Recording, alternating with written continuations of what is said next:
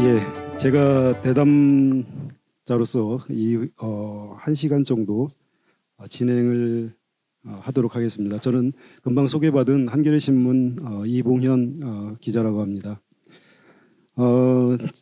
백준기 교수가 책을 저에게 보냈을 때 2014년이었죠. 유라시아 제국의 탄생이라는 그때도 한 700페이지 정도 되는 두툼한 책을 보내줘서 읽은 기억이 납니다. 그때 느꼈던 기분 그런 느낌이 또 들었는데요. 이렇게 좀 오랫동안 이렇게 공부를 하고 성찰을 해서 두툼한 책을 10년에 하나씩 이렇게 내놓는 학자 백준기가 너무 부러웠습니다.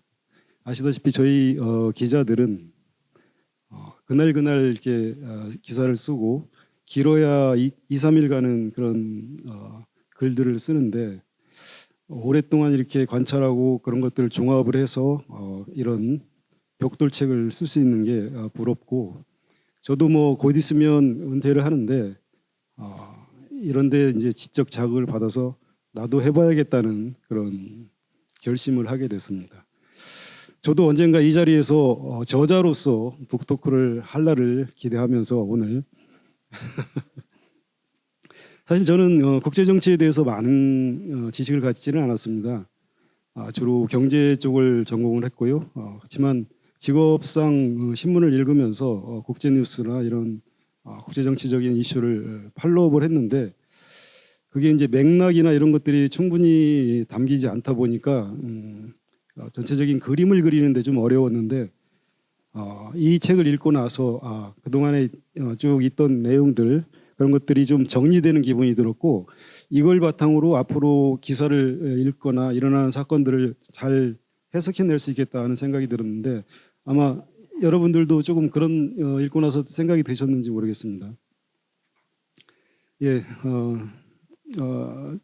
저는 오늘 이 북토크를 책을 기반으로 해서 백준기 교수님의 그 생각을 잘 이끌어내는 그런 역할을 맡았기 때문에 그런데 좀 충실하고자 합니다. 대신 전문가로서가 아니라 여기 앉아 계신 다수의 비전문가 일반 독자 입장에서 이 책을 읽고 나서 궁금해하는 거 이런 것들 궁금해진 것 이런 것들을 좀 질문을 해보고자 합니다. 제가 기자 생활을 시작한 게 1990년인데 그때가 시대의 전환기였습니다. 베를린 장벽이 무너졌고 요 책에도 언급이 됐지만 냉전이 무너지고 뭐랄까요, 미소 간의 새로운 그 국면이 전개되는, 그래서 우리가 이제 이 책에서 얘기했던 30년간의 미국 일극 체제 또는 평화의 시대 뭐 이런 시대가 열렸던 시기였고, 그때 언론사에 들어가면서 야 이걸 기록할 수 있는 언론이라는 게 얼마나 보람된가 하는 생각을 했는데 제가 내년이면 정년인데 그 사이에 역사의 한 페이지가 또 넘어가는 그런 순간이 왔습니다. 그래서 짧지 않은 인생 동안 세계의 사의 페이지가 넘어가는구나, 그러면서 국제 정세는 끊임없이 변하는구나 하는 생각을 하게 됐는데, 우선 전체적으로 지금 일어나고 있는 세계사의 어떤 변화, 전환 이걸 어떻게 짧게 규정을 할 수 있을지, 미국의 세기가 가고 새로운 어떤 시기가 오는 그 근본적인 이유 이런 것들에 대해서 한번 좀 짧게 전체적인 이유, 이 책을 쓴 이유일 수도 있을 텐데 한번 좀 말씀해 주시면 되겠습니다. 네, 고맙습니다.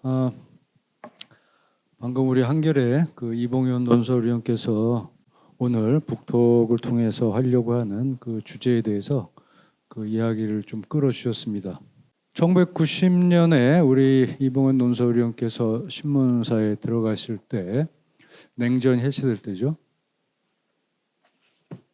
이 책을 쓰면서 그런 생각이 듭니다.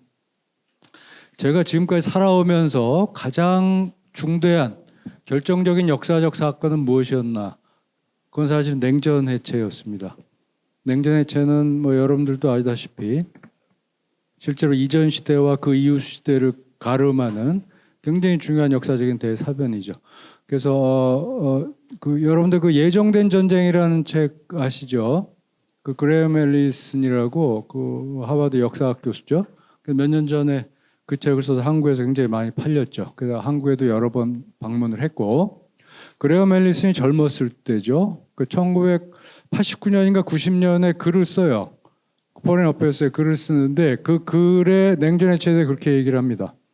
이 사건은 1917년의 러시아 볼셰비크 혁명보다도 더 큰 사건이다라고 쓰죠.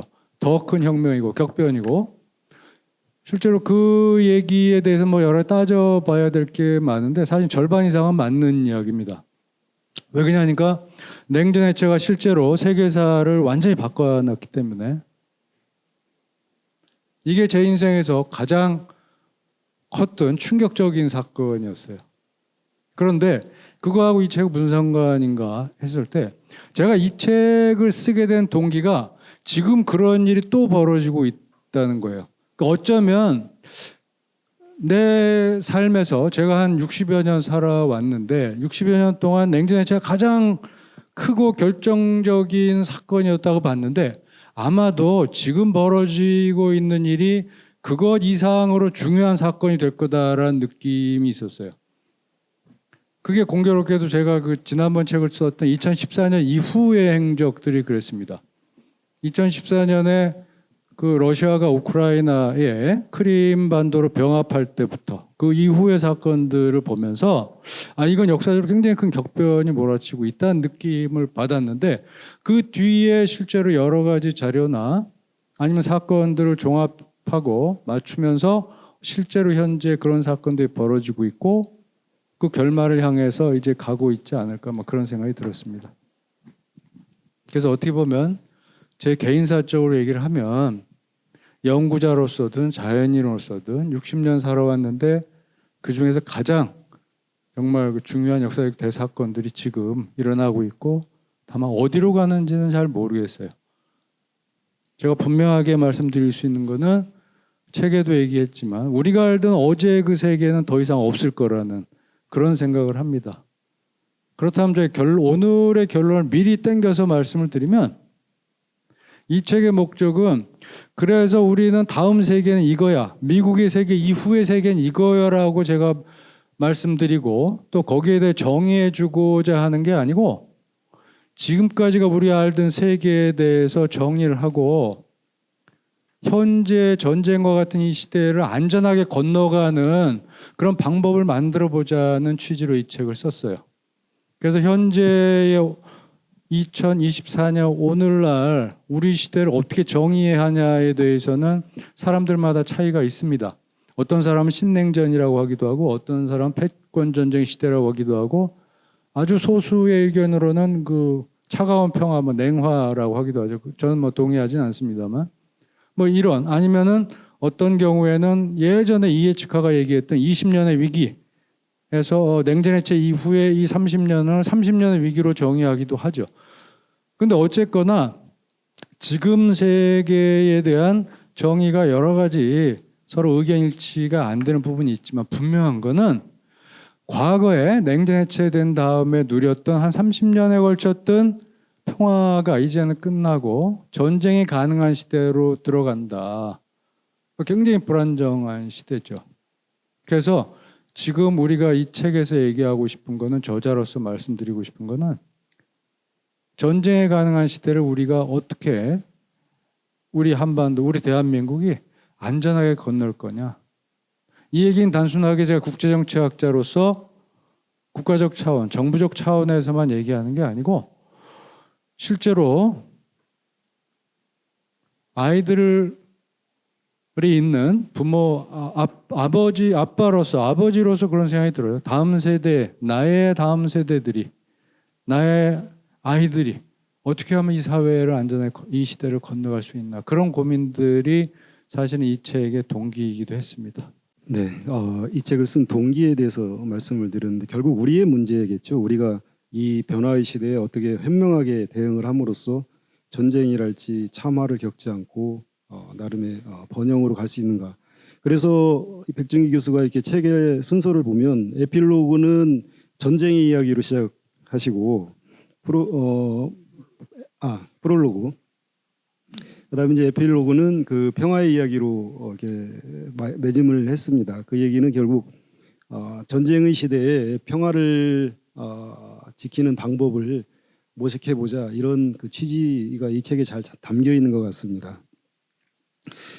이 30년 동안 어떤 시대가 쭉 이어져 왔죠. 우리가 알고 있는 시대에. 그래도 살 때는 몰랐고 저희가 그 안에서 신자유주의를 또 욕하고 엄청나게 이런 시대가 어딨냐고 불만 뭐 이런 것들이 좀 많았고 뭐 이게 왜 이렇게 불평등해 뭐 이런 것들을 한참 얘기했던 것 같습니다. 그런데 다시 이렇게 어떤 변화의 시기가 오니까 그래도 그런 질서가 있던 시대는 그래도 살만한 시대였다는 생각이 들기도 하고 그랬을 때 그 시대가 무엇이었는지를 한번 돌아볼 필요가 있는 것 같습니다.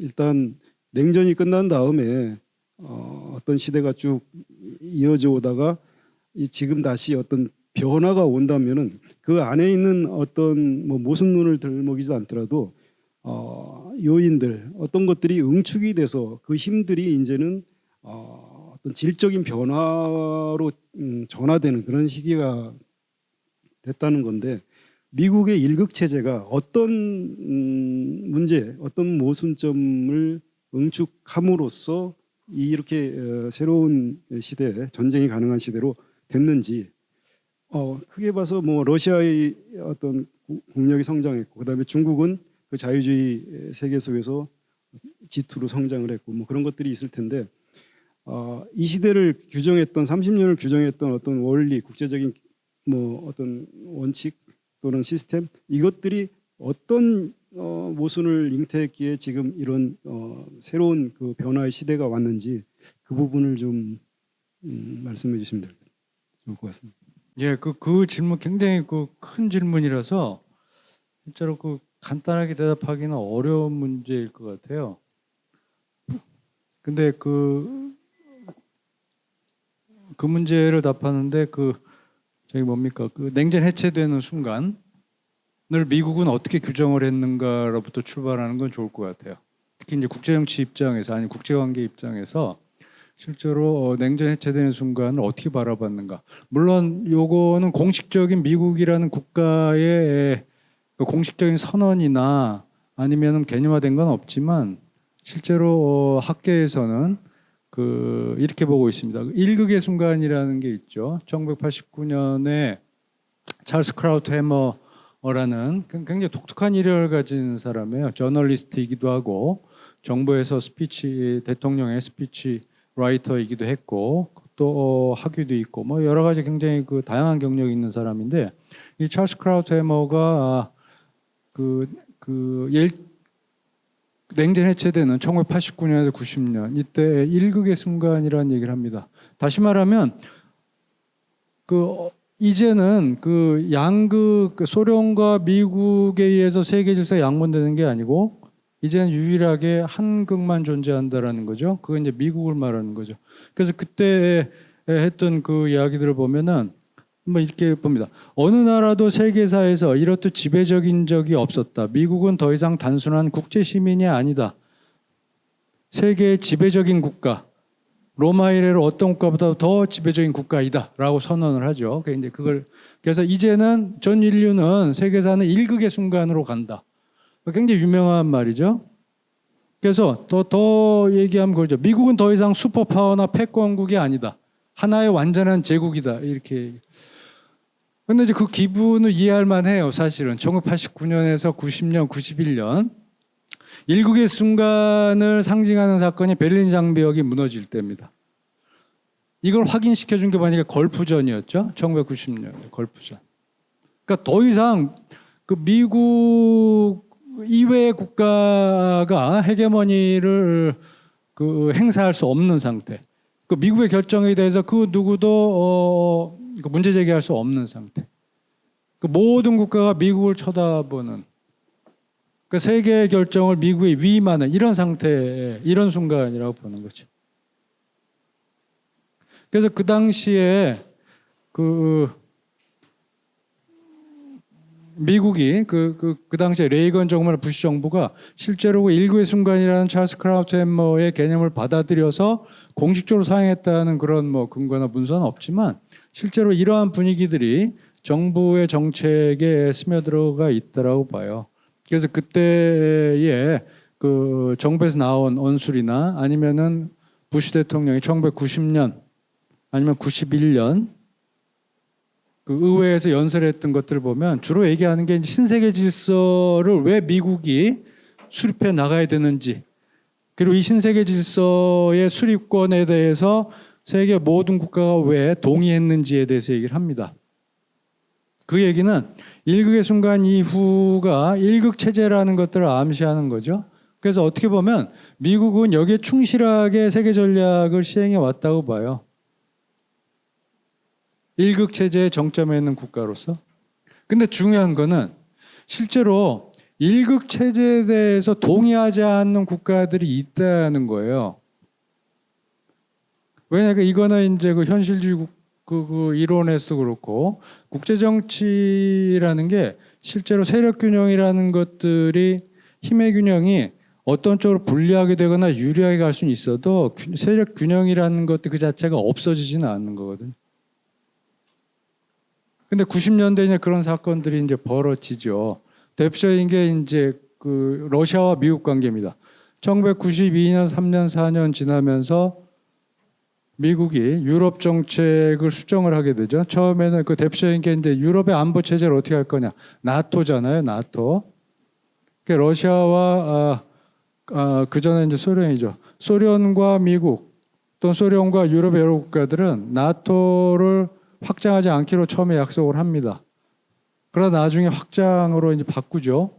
이 과정에서 소련 또는 특히 그 뒤에 소련을 이었던 러시아가 실제로 그 미국으로부터 배반당했다고 봅니다. 그러니까 탈냉전 약속들이 다 그 취소가 됐다, 철회가 됐다고 보는 거죠.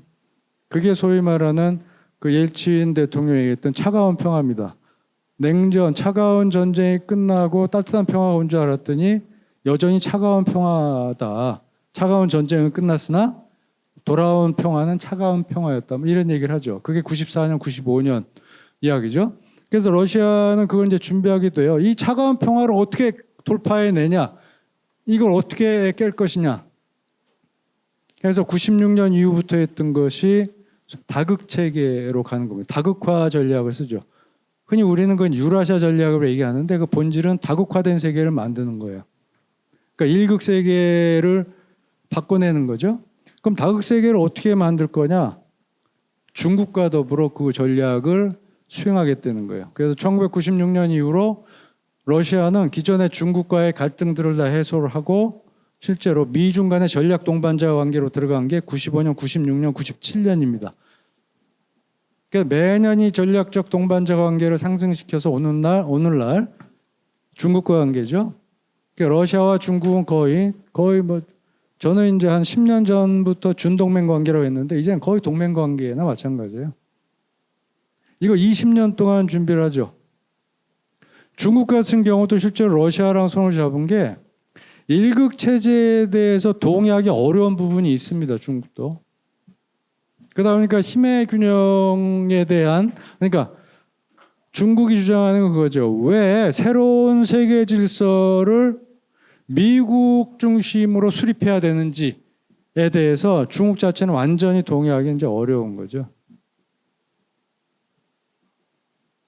그래서 본인도 새로운 세계 질서를 수립하는 하나의 지분을 갖고 싶다는 게 이제 중국이겠죠. 결과적으로 뭐 압축해서 말씀을 드리면 냉전 해체 이후에 1996년 이후에 미국이 일극 체제 일국의 순간 이후에 그 미국 중심의 세계 전략을 수행을 하면서 여기에 대한 그 반작용으로 러시아와 중국이 20년 동안 해왔던 결과가 오늘날 그 대외적으로 미국의 헤게모니가 흔들리는 중요한 계기가 됐다고 봅니다. 또 하나 내부적인 게 또 있어요. 일극 체제 자체의 그 취약성이 있습니다. 일극 체제가 얼마나 지속할 수 있느냐. 요거는 체제적인 문제가 또 따로 있습니다. 일극 체제의 구성 요소들이 또 흔들릴 수가 있는 거거든요. 요거는 이제 뭐 다. 예. 네, 2차 대전이 왜 일어났느냐 이런 얘기를 할 때 사실 1차 대전의 패전 처리를 잘못한 데서부터 씨앗이 잉태됐다 이렇게 얘기를 하잖아요. 그래서 이제 케인즈는 그 파리 강화회담을 보고 나서 평화의 경제적 귀결이라는 책을 써서 이런 식으로 독일에다가 엄청난 배상을 요구하고 하면 결국은 이제 독일이 다시 굴기할 거다. 예언대로 됐지 않습니까? 마찬가지로 이 냉전이 끝나고 소련이 사실은 이제 해체될 때 승전국의 지위를 받은 미국이 이 이후의 질서를 어떻게 구상을 했고 그 속에서 일국으로서 어떤 정책으로 세계를 리드했느냐에 따라서 아마도 어떤 세계가 될지는 또 달라졌을 수 있는데 우리 백중기 교수님은 말할까 러시아에 대해서 공동의 어떤 냉전 해체 파트너로 보지 않고 패한 나라로 보면서 일국 체제를 밀고 간 거기서부터 현재의 변화의 씨앗이 뿌려졌다 이렇게 말씀을 하시고 책에서도 저도 그렇게 읽은 것 같습니다. 러시아 그렇고 그다음에 지금 무엇이 일어나고 있는지 부분을 말씀하고 그다음에 이제 앞으로 무엇이 일어나는지 어떤 세계가 되는지에 대한 말씀으로 넘어가려고 하는데요. 중국에 대한 말씀을 좀 약간만 더 해보면 지금 뭐 러시아와 유럽 쪽은 러시아고 그다음에 아시아 쪽은 중국이고 무엇보다도 패권 경쟁은 중국과의 그 관계 속에서 먼저 발화가 된 것 같다. 이게 일반적인 인식인데 중국은 뭐 지난 30년간의 미국 주도의 자유주의 국제 질서 속에서 뭐 무역을 통해서 또는 경제적인 뭐 기술적인 이런 혜택을 받으면서 결국은 국력이 커져서 미국이 경계를 하면서 어떤 뭐 이렇게 좀 새로운 어떤 긴장 관계, 그다음 패권 경쟁 관계로 갔는데 미국이 생각할 때 중국이 이렇게 경제적으로 성장하고 하면 결국에는 국내 정치적으로 자유주의적인 민주적인 정치 체제가 될 거다. 한마디로 공산당이 무너지고 서구와 같은 자유주의 체제가 될 것이라는 점에서 그간 한 20년 동안 용인을 하다가 결국 그게 환상이 깨진 순간이 온 거죠. 그러면서 이제 패권 경쟁으로 들어간 건데 그 시점이 언제쯤 되는 겁니까? 그러니까 중국 미국 관계 굉장히 중요하죠, 실제로. 그래서 중국에 대한 미국의 정책이 바뀌게 된 계기 또는 그 바뀌게 되는 메시지가 언제부터 나오냐면 그 트럼프 정부가 전환적인 계기죠. 그래서 그 당시에 그 미국의 트럼프 정부 이전에 민주당 정부가 항상 해왔던 게 관여 정책이었죠. 그 인게이지먼트였죠. 그럼 클린턴부터 오바마 때도 마찬가지고 물론 오바마 때에는 그 견제가 시작이 되지만 근데 대체적으로 한번 인게이지먼트죠. 뭐냐니까 자유주의 시장 경제가 중국의 보편적인 제도 또는 자유주의 시장 경제에 대해서 중국의 수용도가 높아질수록 중국의 자유주의의 정치 문화적인 이런 성숙도도 올라갈 거다. 뭐 이런 부분이죠. 그러니까 경제에서의 자유화가 정치에서의 자유화를 추동할 거다. 이런 부분이죠. 근데 그게 2010년 이후로 지나가면서 회의적인 이야기들이 나와요. 특히 이제 자유주의 이론가들 속에서. 그래서 2017년, 18년 요 무렵에 그 여러분들이 잘 아는 그 제이크 설리반이죠. 지금 뭐 커트 캠벨. 그러니까 바이든 정부 핵심들이죠. 커트 캠벨하고 네오콘의 그 굉장히 핵심적인 이론가인 로드 케이건하고 대담한 그 글들이 있어요. 거기에 보면은 네오콘하고 소위 말하는 바이든류의 민주당 그 정부의 전략가들 의견이 일치해요. 뭐냐니까 중국의 경우에 경제에서의 자유주의적 경향이 올라가도 정치 분야에서의 자유주의적 경향은 올라가지 않는다. 조응하지 않는다는 거예요. 그러니까 수렴은 수렴이라고 하는데 경제에서의 자유가 정치의 자유로 수렴될 거다. 이 수렴론에 대해서 부정을 하게 됩니다. 그럼 어떻게 할 거냐? 분리해야 된다는 거죠. 어차피 중국에 대해서는 이제 더 이상의 소위 말하는 정치 분야 그러니까 이건 이제 비경제적인 분야죠. 자유주의 정도가 올라가지 않을 거다. 다시 말하면 중국의 제도가 자유주의로 수렴하지 않을 거라는 거예요. 그렇다면 어떻게 해야 돼요? 중국에 대한 제재나 압박을 가해야 된다라고 나오죠. 제한을 가하고. 여기에 대해서 현실주의 정치학자들은 그 냉소적인 표현을 해요. 우리가 중국이 자연스럽게 그러니까 중국에 대해서 자유주의 경향을 기대하고 관여 정책을 했을 때 이게 정치 분야, 비경제 분야에서도 자유주의가 올라갈 거에 대해서 가지 않을 거야라고 수렴론에 대해서 우리가 회의적으로 했던 거는 중국이 자유주의화되는 게 바람직하지 않아서가 그런 게 아니야. 왜냐 그거는 불가능하기 때문이야 라고 현실주의 학자들이 이제 빈정돼요. 왜냐하면 따로 간다. 중국이 원하는 건 자유무역인 거지 정치나 제도상의 자유주의는 아닌 거다. 이제 알았어 이렇게 뭐 새삼스럽게 이제 와서 이렇게 되는 거지. 그래서 냉소를 하든 아니면 이제와 수긍을 하든 이게 중요한 건 아니고 이제는 중국과 다른 관계에 들어간다라는 거죠. 중국은 소위 말하는 미국 중심의 자유주의 국제 질서의 이해상관자가 아니라 이제는 뭐죠? 적이라고 보는 거죠. 위협 세력. 그럼 어떻게 되죠? 견제와 제재로 들어가야 된다는 거죠. 이게 현재 이제 이건 다 아는 얘기죠. 두 번째로 그럼 이게 언제 시작됐느냐? 실제로는 2008년에서 15년 사이에 시작됐다라고 하는 게 맞죠. 이게 이제 본격화된 건 2015년 연간이죠. 2008년에 여러분들 보면 두 가지 큰 사건이 있어요. 하나는 뭐죠? 글로벌 금융위기가 터지죠. 중국은 사실 여기부터 안전하죠. 그래서 미국에서 사실은 중국을 G2로 인정을 하고 그 G2라는 건 사실 다른 의미였지만 어쨌거나 미국이 거론했던 G2라는 개념을 중국은 소위 말 어떻게 보죠? 양강으로 이해를 한 거예요. 그러다 중국은 기회가 왔다라고 봤고 그렇게 얘기를 하죠.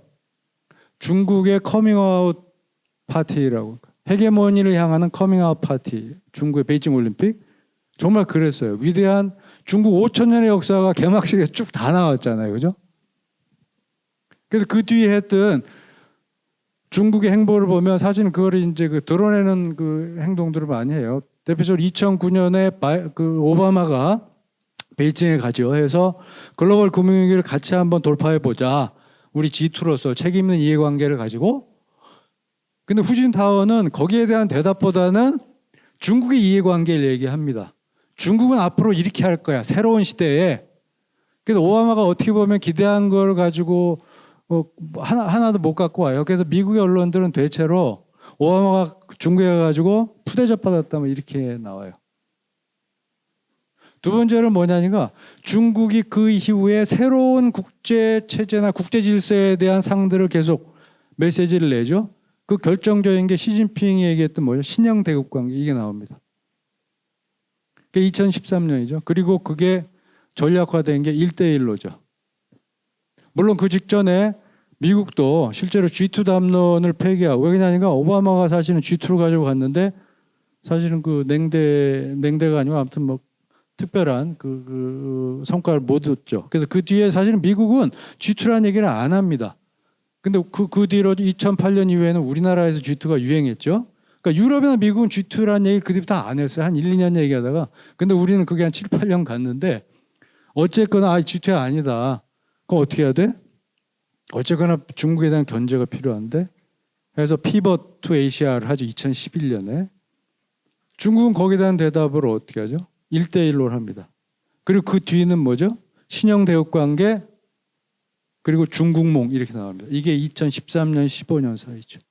그러면서 중국은 결정적으로 덩샤오핑이 얘기했던 개혁개방의 모토였던 도강양회를 폐기하고 유소자기로 가는 거죠. 중국은 할 수 있다는 거예요. 강대국으로 나가는 거죠.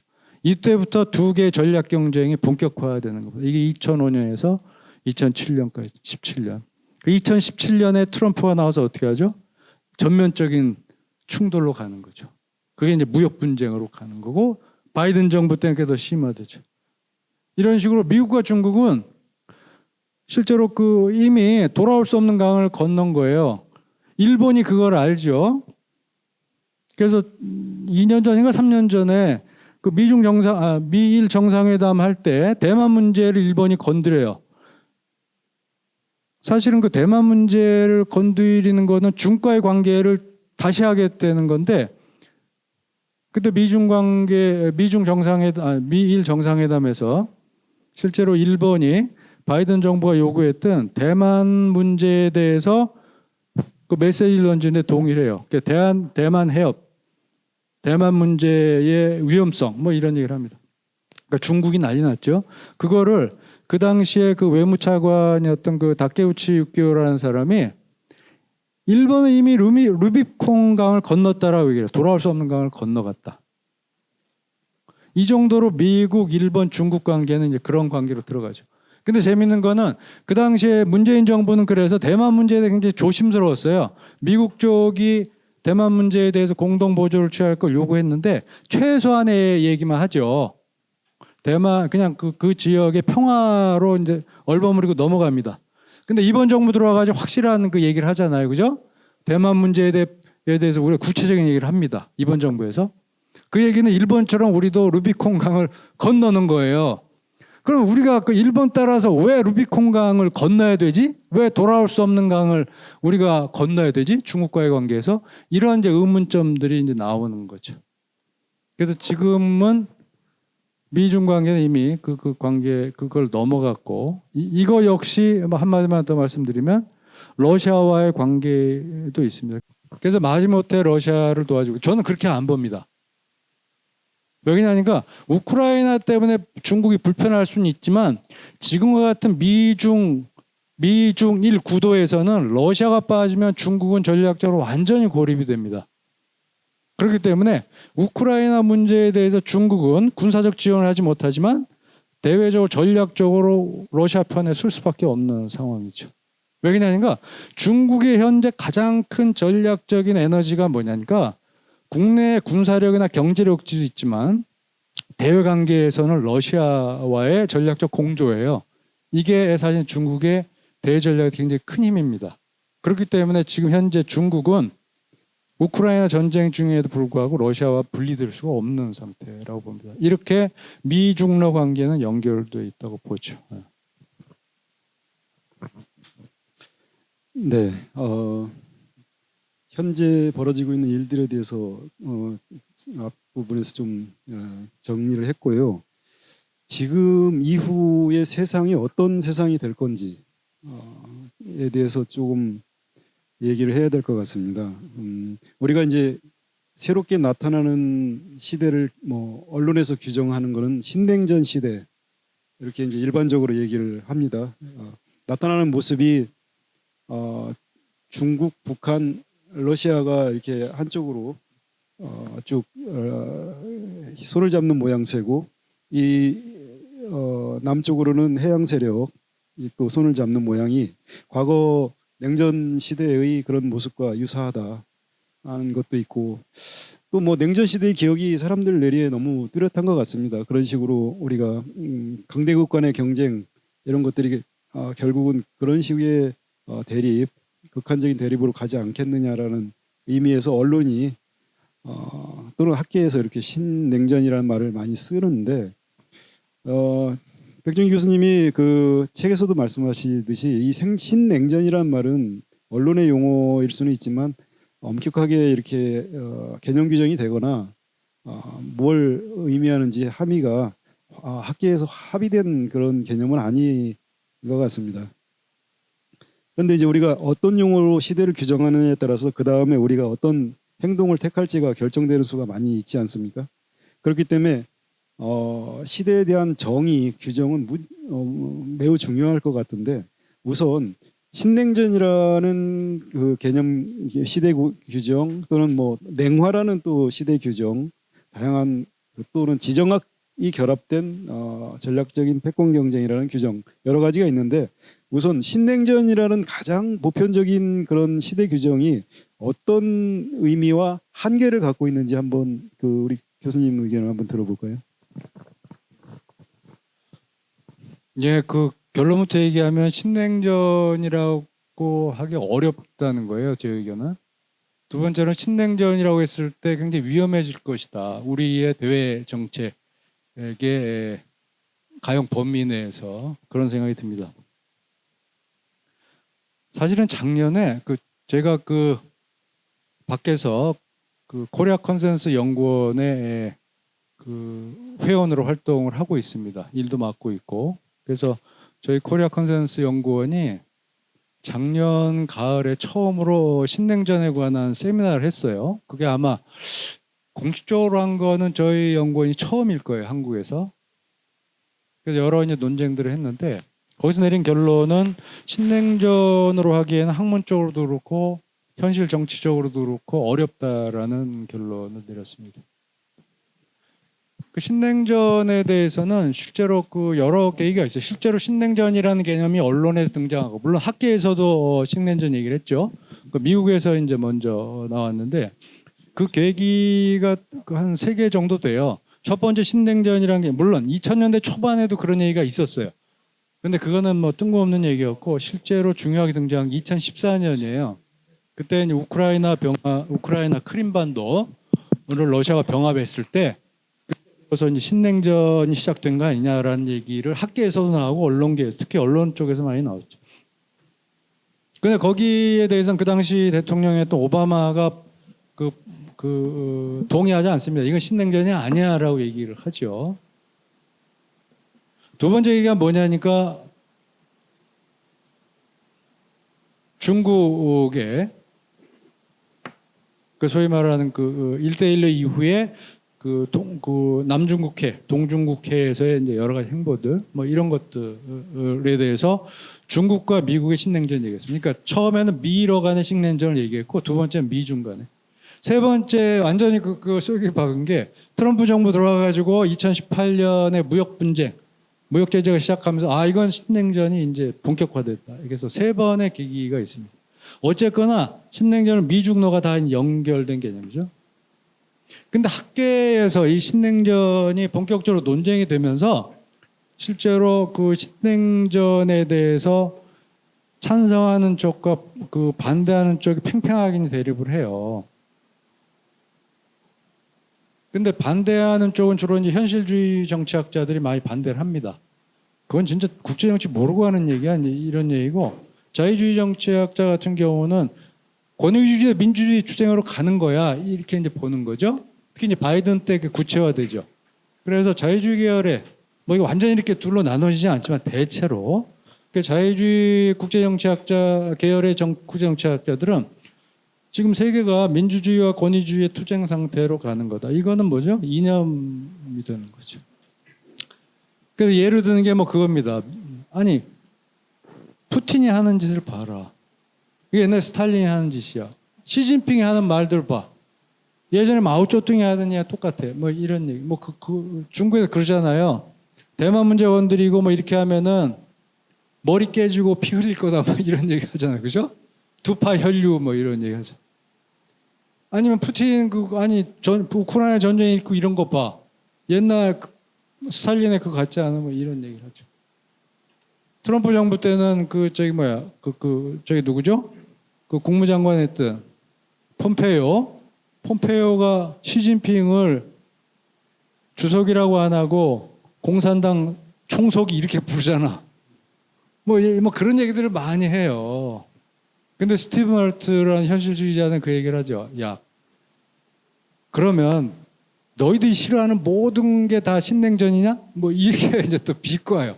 근데 보면은 어쨌거나 정리를 해보면 내가 왜 신냉전이 아니라고 보면은 신냉전을 구성한 여러 가지 요인들이 있는데 거기에는 군사력계 경쟁도 있고 서로 다 있는데 결정적인 게 2가지가 있어요. 하나는 이념이에요. 이념.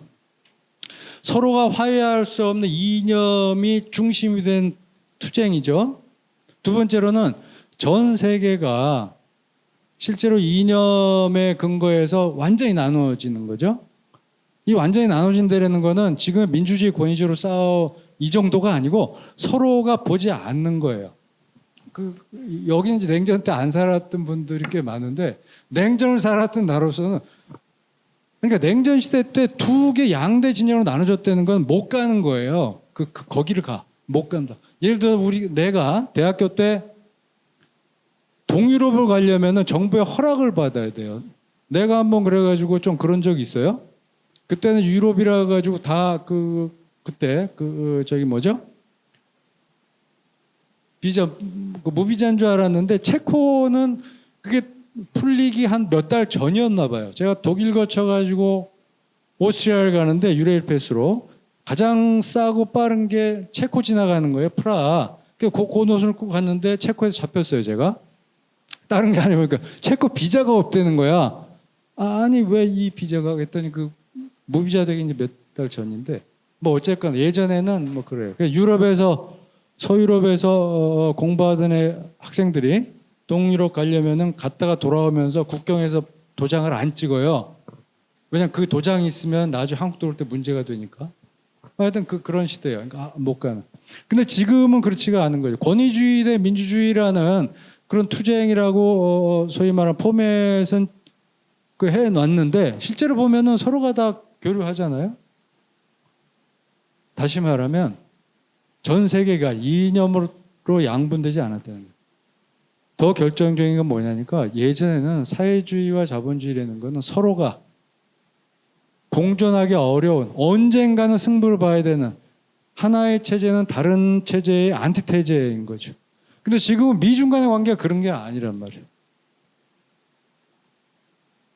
냉전이라는 건 그래서 저는 인류 역사상 존재했던 아주 독특한 시대적 정의라고 봐요. 그때만 존재했던 그게 냉전이죠. 2년간의 대립도 많죠. 예전에 십자군 전쟁도 있고 이슬람 세계와 기독교 세계가 대립했던 적도 있고 그런 적 많아요. 근데 그걸 냉전이라고 얘기를 안 해요. 왜냐니까 냉전은 1950년대부터 90년대까지 아주 독특한 시대의 규정인 거죠. 근데 이제 와가지고 뉴를 붙이면 모든 게 뉴가 된다고. 뉴 뭐가 되죠? 2.0, 3.0 나올 거라. 그렇게 해서 안 풀리죠.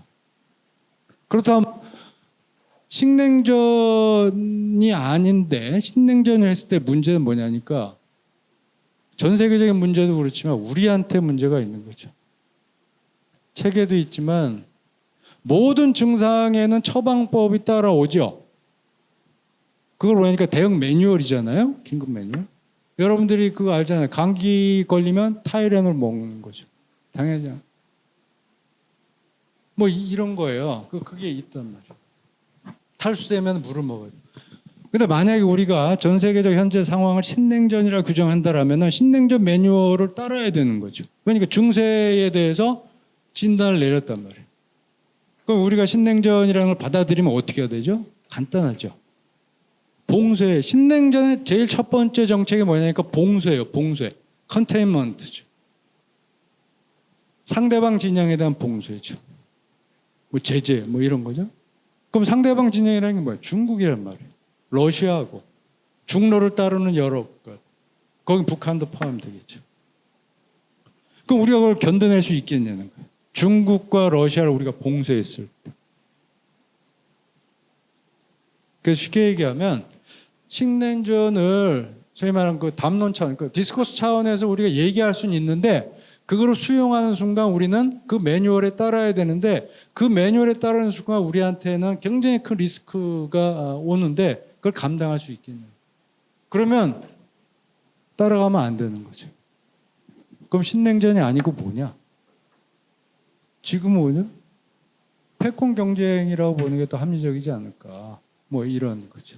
그러니까 시대정의 내리기 어려운, 그건 뭐 나중에 뭐 질문이 들어오면 하겠지만 최소한 신냉전 아니다. 그럼 1분 정도 얘기하면 그렇다면 냉화냐 콜드피스냐 차가운 평화? 그건 더더욱 아니라는 거예요. 그건 이제 저희가 작년에 2023년에 마이클 도일이 책을 썼어요. 컬럼비아 대학에. 마이클 도일 교수가 아무튼 굉장히 열심히 공부하는 교수인데 콜드피스라는 걸 썼어요. 이거 신냉전으로 가면 안 된다. 마이클 도일은 신냉전일 수도 있겠다. 근데 꼭 예전과 같은 신냉전은 아니라고 봐요. 그건 바람직하지 않기 때문에 콜드피스 정도로 가야 된다. 콜드피스 하려면은 누군가는 그런 역할들을 해야 되고 뭐 이런 건데 저는 그거 아니라고 봐요. 왜냐하니까 콜드피스는 이미 아까도 얘기했지만은 90년대 초반에 초중반에 냉전 해체됐을 때 실제로 따뜻한 평화가 아닌 콜드피스로 갔던 적이 있어요. 근데 이미 콜드피스는 러시아가 깨기로 생각을 했고 콜드피스를 깨우는 과정이 현재의 미중 간에 이런 결과로 나온 거예요. 그 콜드피스는 과거에 이미 깨진 개념이고 앞으로 올 수 없는 개념인 거죠. 오히려 지금은 전쟁이 가능한 시대로 가는 게 아닌가라는 더 위험성이 있어요. 차가운 평화가 아니고 전쟁이 가능한 시대로 간다. 왜 그러냐니까 유럽에서 전쟁이 일어날 거라고 생각하는 사람은 아무도 없어요. 그건 불가능하다고 봤어요. 1945년 이후에. 왜냐니까 유럽에서 전쟁은 뭐죠? 세계 전쟁이기 때문에. 세계 전쟁은 뭐죠? 인류의 멸망이. 근데 어떻게 유럽에서 전쟁이 일어나는 거예요? 그러면 유럽에서 전쟁이 일어나는데 딴 곳에 전쟁이 일어나는 건 너무나 이상하지가 않은. 물론 그 이후의 이유도 있지만 뭐 이렇습니다. 예. 그래서 그 미국의 일극 체제가 이제 해체되고 나와서 나오는 새로운 세상이 그래 신냉전이 아니다 이렇게 이제 여러 가지 요소들을 지금 봐서 특히나 이제 이념 대립이 그렇게 이제 서로 간에 그 서로를 절멸시키지 않으면 안 되는 그런 이념 상극적의 어떤 그런 관계가 아니기 때문에 그런 건데 그럼 그 이후의 세상은 뭐 백종희 교수께서는 이념과 체제 대립이라기보다는 어떤 지정학적 대립과 세력과 충돌을 이런 걸 본질로 하는 비이념적 전략 갈등 이런 식으로 이제 보시는 건데 그렇게 보는 것과 신냉전을 보는 것은 우리한테 주는 함의가 굉장히 다를 것 같다는 생각이 들어요.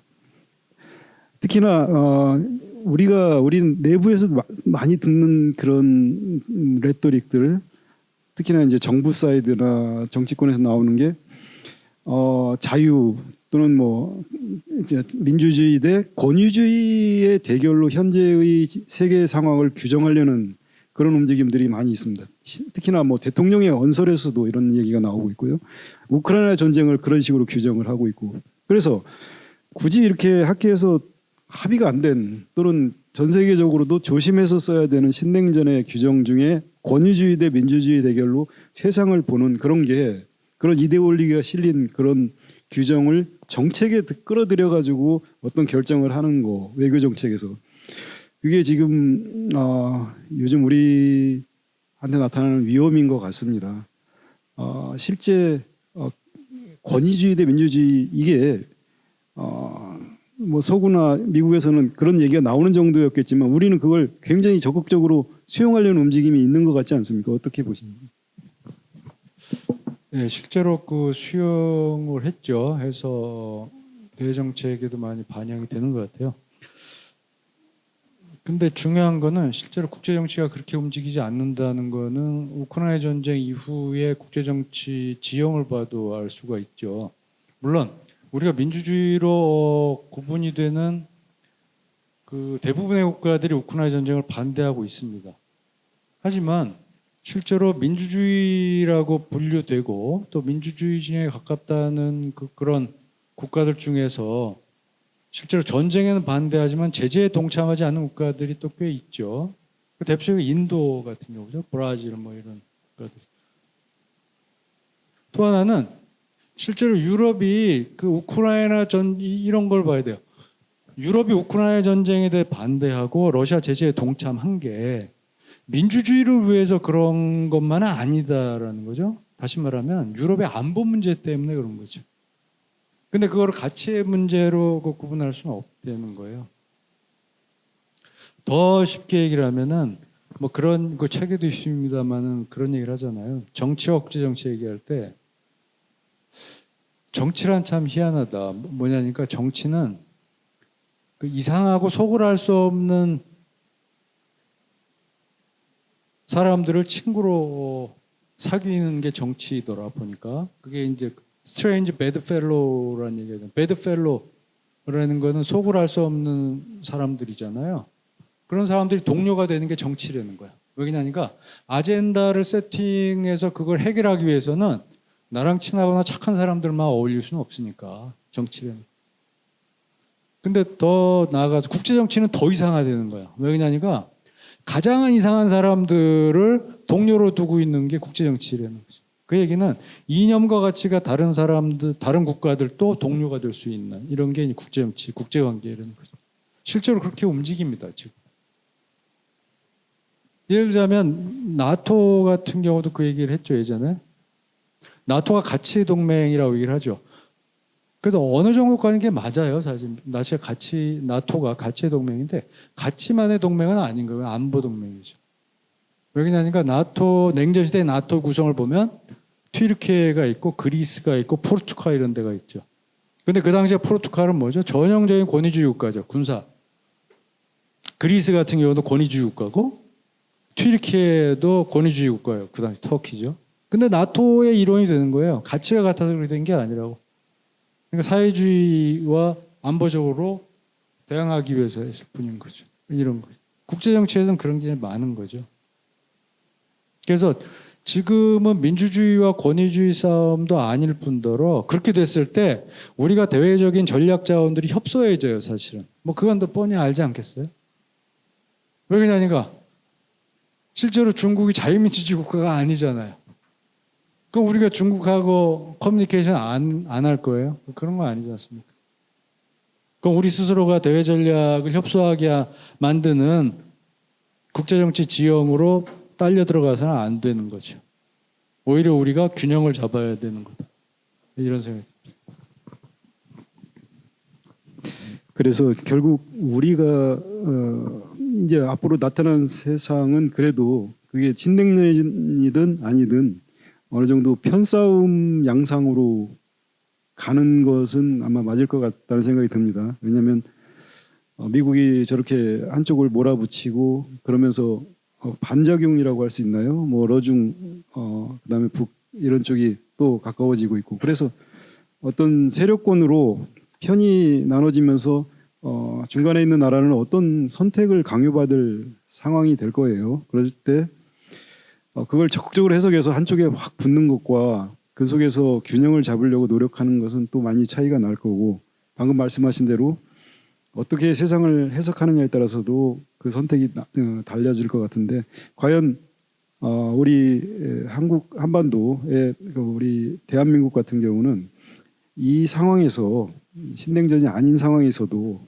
미국과 중국의 패권 또는 미국을 중심으로 한 이쪽 해양과 그다음에 중국 러시아의 북방 세력 사이에 어떤 선택을 강요받을 때 어떤 포지션을 취해야 되고 그 속에서 우리가 교량 국가 또는 변방 국가로서 중러의 대립 또는 패권 갈등을 완화시킬 수 있는 그런 역할을 할 수가 있을까 하는 그런 생각이 드는데 과연 우리가 그런 자주적으로 주도적으로 그런 역할을 하려면 어떻게 해야 되는 건지 현재 나타나는 모습들과 좀 비교를 해서 가야 될 방향을 좀 생각하는 대로 말씀해 주시면 좋겠습니다.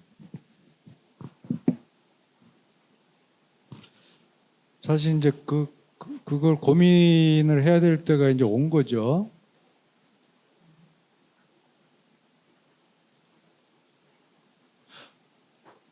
저는 그 가장 중요한 게 균형이라고 봐요. 왜 그러냐니까 이거는 이제 우리가 그러니까 여기 있죠. 미국의 세기 이후에 어떤 세계가 올 거냐와 관련이 돼 있는데 여러분들 알다시피 미국의 세기는 1914년 이후의 세기를 말하죠.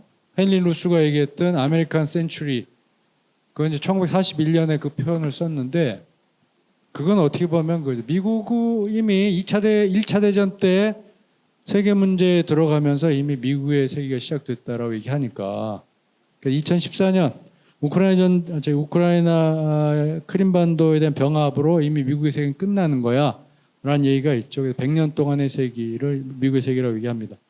그럼 미국의 세기 이후에 이 세계는 어떻게 될 거냐?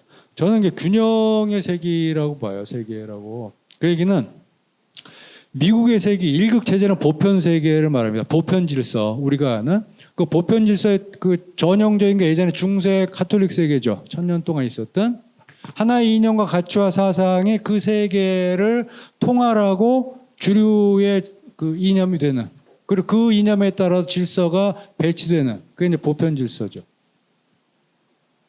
냉전 시대에는 보편 질서가 두 개가 있었던 거예요. 하나는 자유주의 질서고 하나는 사회주의 질서가 있었던 거예요. 그거에 따라 딱 위기 질서가 형성이 되고 뭐 이렇게 되죠. 관철이 되죠. 일극 체제는 전형적인 그 보편 질서죠. 그 미국 중심의 자유주의 질서가 있는. 뭐 거기에 동의 안 하는 사람도 있지만. 근데 일극 체제가 흔들린다는 것, 일극 체제에서 다른 체제로 간다는 것은 뭐냐니까 보편 세계에서 다른 세계를 이행한다는 거예요. 이제 보편 세계가 깨진다는 거죠. 그럼 보편 뒤에 오는 건 뭐냐? 균형이에요. 역사적으로 균형, 보편 세계, 보편 질서 그 다음에 온 게 세력 균형이에요. 중세 시대 카톨릭 세계 끝나고 여러분들 배웠다시피 이제 베스트팔렌 체제가 들어오면 그게 뭐죠? 전형적인 세력 균형 질서잖아요. 그러니까 항상 보편 뒤에는 균형이 옵니다. 균형. 그러면 일극 체제 이후에 오는 것도 역시 균형의 세계라고 봐요. 균형의 존재는 경쟁을 전제로 합니다. 균형의 세계에서는 다양한 요소들이 경쟁하고 경합하는 거죠. 근데 그걸 다극세계라고 표현하는 건 좀 그래요. 다극세계라는 거는 실제로 힘의 역할을 더 굉장히 중시하는 거거든요. 그 얘기는 강대국 간의 약육강식이 강조되는 게 다극세계예요. 다극체제. 근데 저는 그것보다는 좀 더 완화된 형태의 세계가 올 수도 있다라고 보는 거죠. 다시 말해 경쟁자는 복수, 플루럴이지만 복수. 경쟁 양상은 예전에 그 치열했던 다극체제와는 좀 더 다른 경쟁일 것이다 라고 보는 거죠. 그러면 우리의 정책도 사실 그거에 맞춰서 준비를 해야 된다는 거예요. 대외 정책이나 대외 전략도 균형에 맞춰서. 첫 번째가 대외 전략에 있어서 우리가 지금 한미일로만 가잖아요. 그렇게 하면 안 돼요. 한미일도 가고 한중로도 가고 이렇게 해야 된다는 거죠. 그러니까 한중로 한미일이 균형을 이룰 수 있는, 다시 말하면 4강에 대해서 포션은 다를 수 있어요. 예를 들어 미국이 30, 뭐 일본이 10, 중국이 15, 뭐 이래 다를 수는 있지만 4강에 대해서 어떻게 시스템적인 균형을 이루는 전략을 가져가야 된다는 거죠. 이게 첫 번째 균형의 세계에 우리가 대응하는 방법이죠. 첫 번째, 두 번째는 국내 정치적으로도 마찬가지예요. 세계가 사실은 보편에서 균형으로 움직이기 때문에 국내에도 마찬가지죠. 진보와 보수 간의 균형도 있을 수 있고, 계층 간의 균형도 있을 수 있고, 남북 간의 균형도 있을 수 있고. 그러니까 저는 세계가 이렇게 이행을 할 거라고 보고 우리가 사실은 균형을 전제로 해서 모든 전략을 만들어야 된다. 그래서 이 전략을 세부적인 하나하나 떨어져 있는 그런 전략이 아니고 하나의 통합적이고 포괄적인 전략이라는 의미에서 대전략이라는 표현을 썼어요. 그랜드 스트레이티. 이 책의 마지막 보론에 썼지만 우리가 앞으로는 이런 대전략을 만들어야 되지 않을까. 이 대전략이 있어야지 전쟁과 같은 이 시대를 안전하게 우리가 건너갈 수 있고 그 뒤에 오는 세계에 대한 상을 우리가 준비할 수 있지 않을까. 뭐 그런 생각입니다. 네, 균형을 저희가 잡을 때 너무 구한말처럼 약소국이면 그 균형을 잡는 그런 노력도 할 수 없을 텐데 아마 우리가 엊그제 학술대에서 제가 처음 들은 말 중에 지금도 그 기억에 꽂힌 말이 한국은 이미 준제국이다. 준제국. 그래서 제국까지는 못해도 그에 준하는 제국이다. 군사력은 세계 6위, 경제력은 10위. 뭐 여러 가지 이제 우리가 가진 국력이 그만큼 됐다. 그러면서 우리가 언제까지나 약소국이던 시절의 외교적인 그 상상력으로 그 정책을 선택해서는 안 된다. 우리가 가진 힘을 너무 과소평가하지 말고 그 속에서 준제국으로서 교량 역할, 어떤 역할을 하기 위해서 주도적으로 움직여야 된다. 이런 말이었는데요. 그 말이 좀 인상적이었고 어쩌면 그 균형을 잡는데 참고가 되는 그런 말일 수도 있는 것 같습니다. 제가 5시까지 대담을 하고 그 다음에 플로어에서 질문을 받는 걸로 돼 있거든요. 그래서 많은 하신 말씀이 있을 것 같습니다. 그래서 손을 들고 질문을 해주시면 백종희 교수님이 답변을 해주시는 시간을 갖겠습니다. 저는 한국외대 국제지역대학원에서 러시아 지역학을 공부하고 있는 이하선이라고 합니다. 오늘 북토크를 이제 저도 같이 준비를 하는 겸 그 책을 조금 읽어봤는데 아무래도 러시아를 공부를 하고 있다 보니 그 러시아랑 중국이 얘기하는 질서에 대해서 책에서는 이제 다극 질서가 이제 자유주의 질서에 대항하는 것보다는 이제 미국 주도의 일극 질서에 중국과 러시아는 대항하는 거다 이런 대목이 있었습니다.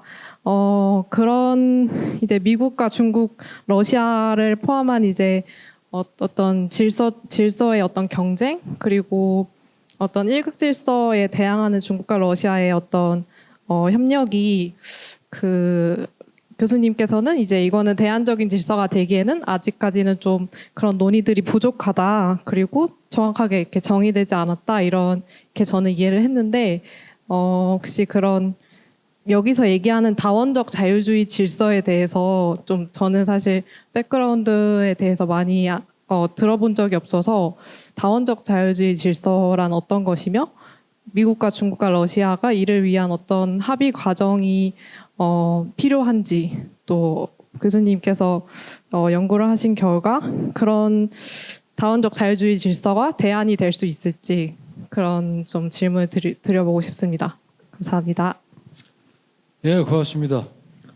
그 책에서 그 표현을 쓴 거는 다원적 자유주의 질서가 소망스럽다는 얘기는 아니고 그 앞부분에 뭔 얘기가 있냐면은 자유주의 국제 질서는 이어지는 거야. 이런 논쟁들이 많아요.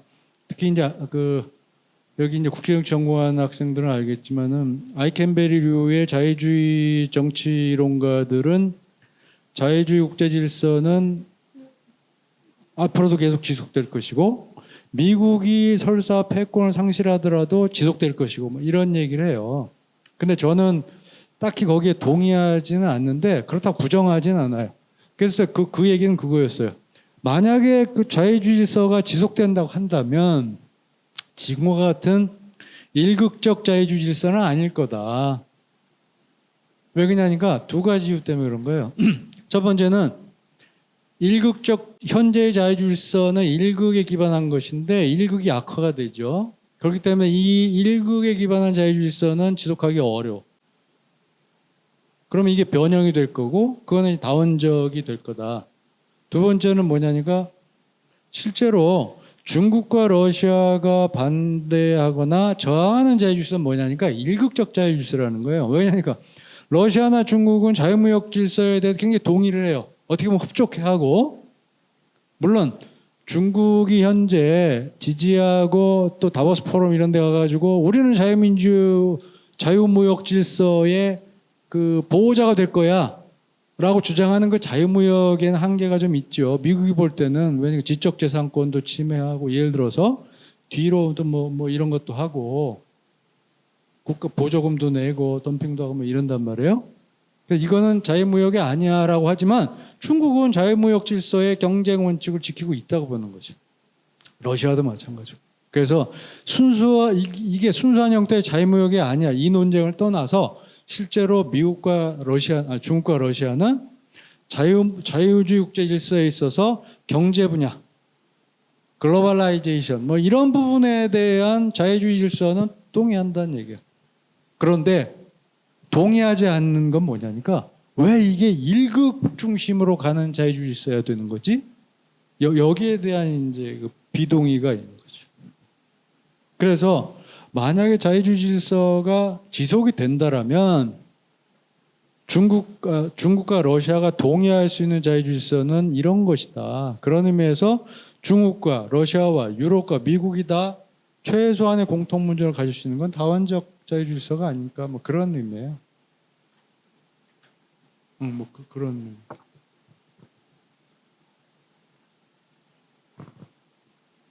그 균형이라는 얘기를 하셨는데, 참고적으로 백 교수님 이번 책 정말 보기 드물게 너무 아카데믹한 것도 아니고 정말 좋은 책이 나왔다고 생각합니다. 네, 정말 동료 교수로서 아주 기쁘고 균형이라고 얘기를 하셨는데 근데 고민이 거기가 드는 거예요. 우리가 균형을 할 수 없는 대립의 시대에 이를 백년체처럼 어느 한편의 서기를 강요하는 시대가 올 수도 있잖아요. 예를 들어서 정말 균형을 잘 잡고 2차 대전을 피해갔던 스위스라든지 아니면 냉전 시대의 핀란드나 스웨덴처럼 그런 걸 균형으로 볼 수 있는 것인데 그런데 그것도 최근에 이렇게 대립이 심해지니까 스웨덴, 핀란드마저 지금 나토 항로 한편에 서버리는 대립이 격화됐을 때 우리가 균형을 어디까지 할 수 있을까? 그렇게 된다면 또 그런 모델은 혹시 어느 국가에서 찾을 수 있을까? 요거를 듣고 싶습니다. 박상남 교수님 질문한 거하고 유사한 질문이라서 거기 한 개 더 얹어가지고 질문을 드릴게요. 저는 한신대학교 교양대학 이종훈 교수입니다. 사실 우리나라가 한국이 발전하는 과정을 보면은 냉전 시대에 어떻게 보면은 그 가장 혜택을 물론 뭐 한국 전쟁은 경험했지만 경제 발전하는 과정에서 냉전 환경 속에서 경제 성장을 뭐 이룩할 수 있는 또 그런 개발도상국의 위치에 있었고 1990년대 들어서는 어떻게 보면은 신자유주의 시대에서 우리가 세계화라는 그런 또 기조 속에서 어떻게 보면은 경제를 새롭게 또 도약시키고 또 민주화되는 그런 과정을 거쳐왔다고 볼 수 있습니다.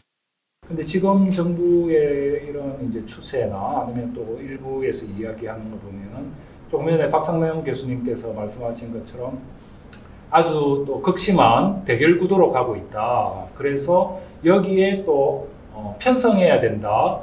그런 분위기 속에서 한미일 뭐 구도 그리고 중국과 뭐 러시아와 특히 중국의 중국 대륙에 동참하는 그런 약간의 또 분위기가 지금 우리 뭐 사실은 뭐 약간이 아니고 지금 현재 윤 정부에서는 그런 기조를 가지고 있는 것 같아요.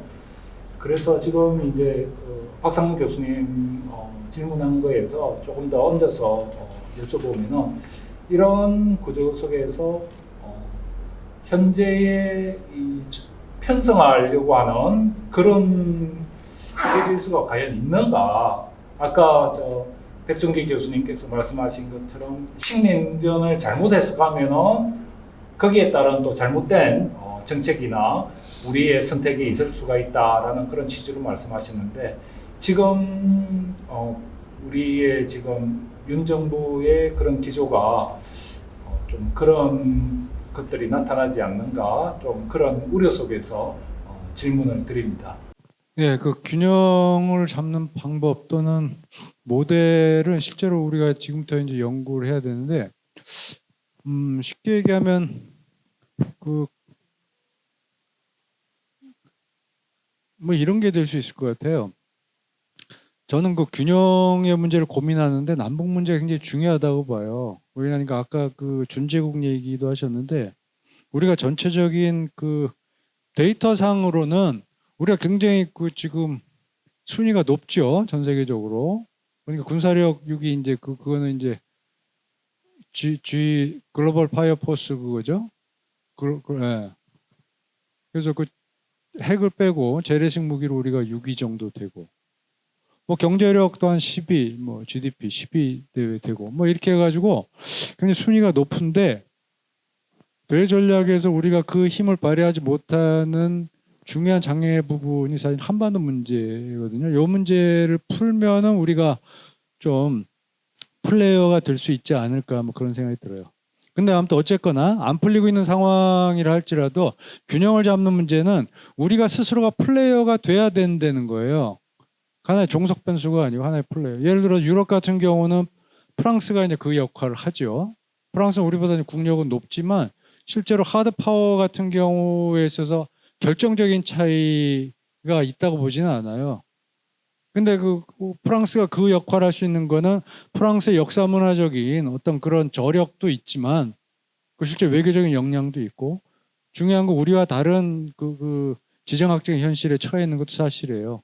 하지만 우리가 실제로 프랑스를 벤치마킹을 하든 독일을 벤치마킹을 하든 해서 균형을 잡는 노력은 필요하다고 봐요. 그러지 않고 우리가 계속 실제로 편승하는 전략만 하고 편승하는 모델로 가면 우리는 계속 그 딜레마에 빠지는 거죠. 균형을 잡을 수가 없죠. 참고로 역사적으로 얘기를 하면 우리한테는 세 개를 다 해본 경험이 있어요. 편승도 해봤고 동맹도 해봤고 뭐 여러 가지 다 해봤죠. 연류도 해봤고 뭐 해봤잖아요. 근데 우리한테 가장 중요한 유리한 포맷이 뭘까? 난 그거는 여러 개의 국가가 경합할 때 우리한테 제일 유리하다고 봐요.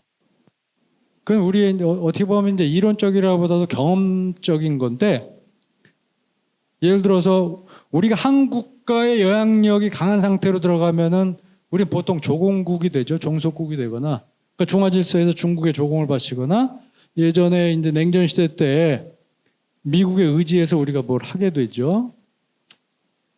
그게 이제 한 국가 영향력이 압도적일 때. 두 국가가 경합한다. 우리를 가지고 두 국가가 경쟁하고 나눠 먹으면 둘 중에 하나죠. 분단이 되든가 식민지 되든가 그잖아요. 그게 이제 우리 영로 청일 뭐 보잖아요. 그 청일 영로 경쟁이라는 게 전형적으로 한반도의 양강이 대립하는 거예요. 그럼 그 결과는 분단 아니면은 식민지예요. 그러니까 둘 중에 이기는 놈이 다 먹으니까. 그 우리한테 제일 유리한 경험적인 데이터는 언제였냐? 대한제국 수립할 때예요. 그때는 뭐냐니까 이 힘의 4개의 나라가 경합할 때였어요. 그때는 영국, 일본, 중국, 러시아. 그러다 보니까 그 누구도 조선에 대해서 압도적인 힘을 발휘하기 어려운 대한제국으로 가는 거예요. 예를 들자면 그 독립, 주권. 그러니까 우리 지금도 마찬가지라고 봐요. 우리가 힘이 그 정도가 안 된다고 가정하더라도 여러 개의 국가가 한반도에서 실제로 경합을 할 때 우리한테 가장 좋은 그 경우의 수를 도출할 수도 있고, 근데 거기에다가 우리가 힘까지 세계 몇이면 그거는 정말 우리가 플레이어가 될 수 있는 거죠. 다만 아쉬운 거는 남북 관계가 안 풀리면 제약은 있겠지만, 그래서 남북 관계까지 풀리면 우리는 명실상부한 플레이어가 될 수 있다. 이것까지. 근데 지금은 아니더라도. 근데 지금부터라도 그 조건을 만들어 가야 된다고 보는 거죠. 안 그러면 항상 매뉴얼대로 우리는 따라갈 수밖에 없어요. 한미일로 가든지. 그래도 균형은 그렇게 잡는 거라고 봐요. 균형은 자연스럽게 우리한테 주어지는 게 아니고 균형의 조건을 만들어야 되는 것이 우리가. 네, 저 충북대학교 정치외교학과 윤성욱입니다. 제가 진짜 오랜만에 저도 같은 이제 국제정치학을 공부하는 사람으로서 항상 좀 이렇게 미시적인 부분에 많이 초점을 맞춰서 공부를 해왔는데, 우리 저 백준기 교수님 이 책을 보면서 정말 예전에 우리 저 선배 교수님들이 주로 얘기하시던, 그때 공부하고 그런 얘기 하셨는지 모르겠지만 어쨌든 좀 크게 거시적인 관점에서 전체를 바라보는 이런 책이 정말 오랜만에 만났구나라는 제가 이 책을 보면서 그런 생각이 좀 많이 들었습니다. 아까 신냉전 말씀하시는 거에 제가 정말 전적으로 참 동의하는데, 거의 보태면 지금 하신 말씀 중에 하나가 이제 그런 것 같아요. 우리가 그냥 신냉전이라고 인식을 해버리면 사실은 아까 이제 봉쇄 뭐 이런 말씀하셨는데, 진짜 중요한 것 중에 하나는 저는 또 만약에 우리가 그렇게 인식을 하게 됐을 경우에는 또 선택의 문제가 또 나오게 되고, 그게 지금 현재 정부가 뭐 고민을 했는지 안 했는지는 제가 잘 모르겠지만 그 선택을 해버린 게 어떻게 보면 우리한테 좀 위기를 불러일으키는 그런 부분이 아닌가라는 생각을 좀 많이 해서, 아까 이제 그 백준 교수님이 바라보시는 그 신냉전에 대한 해석에 전 뭐 사실 전적으로 동의하는 부분이고, 제가 그 지난 1년 동안 미국에서 연구년을 하면서 가장 크게 느낀 것 중에 하나가, 미국의 그 학자들은 여전히 미국이 패권국이라고 생각을 하더라고요. 여전히 패권국이고 변하지 않을 거고 앞으로도 지속될 거고라는 생각을 하는데 저는 그 미국에서 뭐 제가 다 본 건 아니지만 보면서 가장 크게 느낀 건 미국이 이제 스스로 내부적인 어떤 문제들을 소위 자기네들이 처리하는 데 너무나 많은 역량을 쏟아부을 수밖에 없기 때문에 오히려 과거처럼 어떤 국제적인 이슈에 많이 관여 이런 것들을 하지 못하는 경우가 생길 것 같다라는 그런 좀 인상과 인식을 좀 많이 받아왔습니다.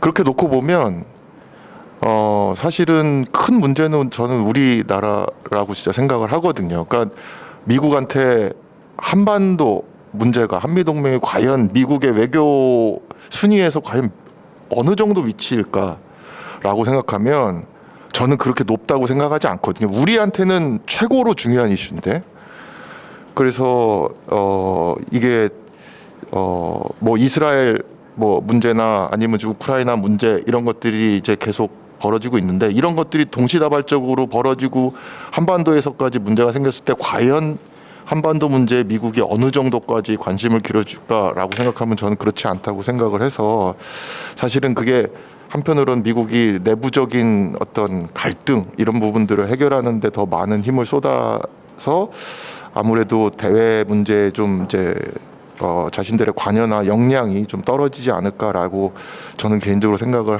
하고 근데 이 부분에 대해서 우리 백준 교수님 어떻게 좀 바라보시는지 좀 궁금합니다. 오늘 새벽에 민주당 정당 DNC 했죠. 해서 그 공식적으로 해리스 부통령이 이제 후보 수락 연설을 했는데 핵심적인 구호가 뭐냐니까 통합이에요. 통합. 미국의 통합.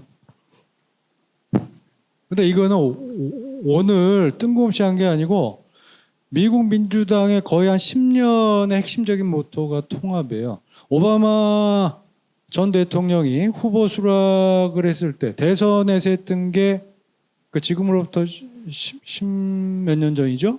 그때 했던 게 하나의 미국이에요. One America, one. 하나의 미국. 이번 해리스가 오늘 했던 통합과 똑같은 얘기예요. 미국은 지금 분열되어 있는 거죠. 지금 10년이 넘게. 그러니까 미국한테 가장 중요한 건 지금 윤성욱 교수님이 얘기했듯이 미국 국내 문제가 제일 큰 거죠. 그렇기 때문에 우리의 문제에 대해서 미국이 얼마나 많이 고민해 줄 것인가에 대해서 실제 우리는 굉장히 냉정하게 생각을 해야 된다는 거예요. 미국은 우리에 대한 고민보다도 본인들의 고민이 더 크죠. 두 번째로는 과연 그렇다면은 미국은 쇠퇴하는가, 계속 지속될 것인가 이 문제인데 저도 이제 책에 그걸 썼어요. 나는 미국이 쇠퇴하는 중이 아니라고 봐요. 미국은 쇠퇴하고 있는 게 아니에요. 그럼 뭐냐? 미국은 지금 뭐 경제 성장률도 좋고 실업률도 좋고. 근데 중요한 거는 과거와 같은 일극의 정점은 아니라는 거예요. 일극의 정점 2004년인데 그때부터 쭉 내려오죠. 그 얘기는 뭐냐니까 다른 국가들이 올라오기 시작을 하는 거예요. 왜냐니까 일극이라는 건 상대적인 의미가 있는 거죠. 그래서 미국은 여전히 쇠퇴하는 건 아닌데 그래서 앞으로 한 세대 동안 한 30년 동안 여전히 세계 1위일 거고 경쟁의 어떤 초강대에 가까운 지위를 점할 건데 근데 일극은 아닐 거라는 거예요. 이건 굉장히 중요한 의미예요. 그래서 미국의 교수들이 우리는 여전히 헤게몬 1등일 거야. 거기에 대한 반대할 생각은 없어요. 근데 중요한 걸 놓치고 있는 게 일극은 아니다는 의미가 뭔지를 생각을 해봐야 되는 거예요. 그 얘기는 과거에 미국이 그건 전쟁이든 뭐든지 간에 미국이 선택하는 대로 됐다라면 이제는 그렇게 될 수 없다는 거예요. 대표적인 명제가 그거잖아요.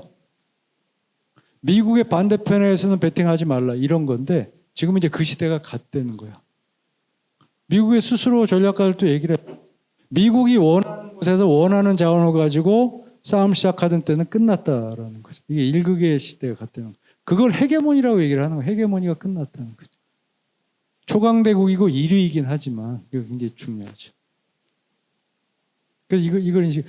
실제 역사적으로 뭐 책에도 있지만 모든 제국은 그렇게 생각해요. 내가 마지막 제국일 거라고 생각을 해요. 근데 그렇지가 않아요. 또 하나, 그 제국의 당대의 모든 세계 사람들은 그 제국이 영원할 거라고 생각을 해요. 그런 적이 없다는 거예요. 모든 제국은 순항이 돼. 또 하나, 제국이 제국의 자리를 물려줄 때 그걸 받는 제국은 그 제국보다 뛰어난 문명을 가진 사람들이 아니에요. 중국 같은 경우 그러잖아요. 명나라는 여전히 뛰어난 최고의 문명이었는데 거란 여진이 이어받잖아요. 그죠? 뭐 그런 거죠. 지금 그리고 또 하나는 이걸 봐야 되는데 미국에 굉장히 뛰어난 학자와 이론가들이 많아요. 근데 그게 언제나 맞는 건 아니에요. 한 10년, 20년 지나고 대표적으로 그러잖아요. 책에도 있지만 대표 역사의 정원, 자유주의 승리를 얘기했던 후쿠야마, 프란시스 후쿠야마가 2018년 책 쓰잖아요. 그때 슬그머니 얘기가 그때 그게 아니었나 봐. 자유주의 질서가 흔들리고 해체되고 이 얘기하잖아요. 근데 분명히 1990년에 책 쓸 때 그랬잖아요. 그 처음에 논문 쓸 때 89년, 90년에 자유주의의 승리, 최종적인 승리를 그래서 역사는 끝났다고 얘기해요. 근데 2018년 책에는 그게 하죠. 내가 그때 역사를 끝났다고 했던 걸 다른 의미로 쓴 거야 라고 이제 설명을 또 해요. 자기도 쑥스러운지. 이런 거란 말이에요. 그러니까 미국의 석학들이 모든 미래를 예언해내는 건 아닌데. 또 대표적인 헌팅턴 문명의 충돌론 썼던 하나도 안 맞잖아요. 지금 와서 무슨 문명의 충돌을 해요? 아무런 충돌이 지금은 문명의 충돌이 아니고 지정학적인 충돌이 더 앞서는 거예요. 1989년이 그 책이 나온 게 90년대 초반이고 그 뒤에 또 재판 3판 나오는데 그 책이 썼을 때 그 이후로 한 번도 전 세계가 문명의 충돌로 재편된 적이 없어요. 헌팅턴조차도 거기 얘기하죠. 세력 간의 충돌이 일어날 것이다. 세력권 얘기를 한단 말이에요. 그 책 내용에도 그게 있다. 세력권. 그러니까 지금은 세력권의 충돌이죠. 그런 거죠. 아이켄베리, 그러니까 자유주의 국제 질서에 그렇게 수호하려고 지금 굉장히 애써요. 나는 아이켄베리류의 그 자유주의가 굉장히 중요하다고 생각해요. 그 나름대로 굉장히 좋아하고 실제로 그 아이켄베리 진지한 학자고.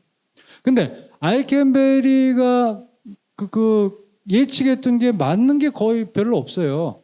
대표적으로 2015년, 16년에 썼던 듀얼 하이어라키라는 유명한 논문이 있어요. 2015년에 아마 나왔어요. 그러니까 제가 학교